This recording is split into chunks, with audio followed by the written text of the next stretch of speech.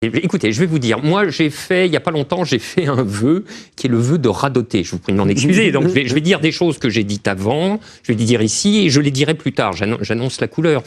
Il faut radoter parce que il y a, comment dirais-je, les déplacements dans les esprits se font à force de répétition. Donc voilà, moi mon radotage, il prend la forme d'un syllogisme qui procède en 4 énoncés.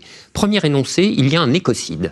Bon, ça, je pense que maintenant, c'est une idée qui commence à avoir suffisamment gagné de terrain dans la société.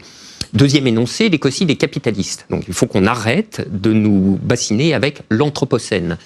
La cause de l'écocide, ça n'est pas l'homme avec un grand H, c'est le capitalisme et les hommes du capitalisme. Troisième énoncé, il n'y a pas de solution capitaliste à l'écocide capitaliste. Alors j'insiste particulièrement sur ce troisième énoncé, parce que c'est, si vous voulez, il y a là un thème avec lequel on s'apprête à nous promener pendant au minimum 1, si ce n'est pas 2 décennies, et peut-être davantage, parce que le capital cherche à gagner du temps.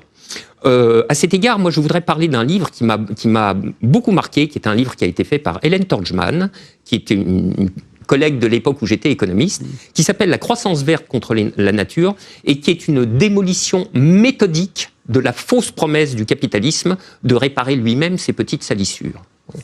Alors, premier énoncé, il y a un écocide. Deuxième, il est capitaliste. Troisième, il n'y a pas de solution capitaliste à l'écocide capitaliste. Ergo, conclusion, si on veut mettre un terme au cours du désastre de la planète qui part en morceaux, il faut sortir du capitalisme.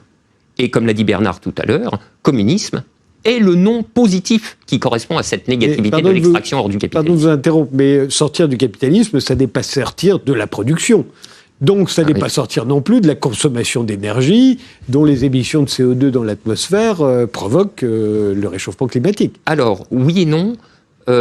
Nous portons une attention particulière à la question de la production, des forces productives, mais nous soustrayons radicalement cette question au cadre du productivisme, c'est-à-dire au cadre du développement intransitif des forces productives, qu'on développe pour les développer, en réalité pour accroître toujours davantage la rentabilité pour les propriétaires du capital. Mais en effet, sortir du capitalisme ne nous dispense pas de pourvoir à notre reproduction matérielle.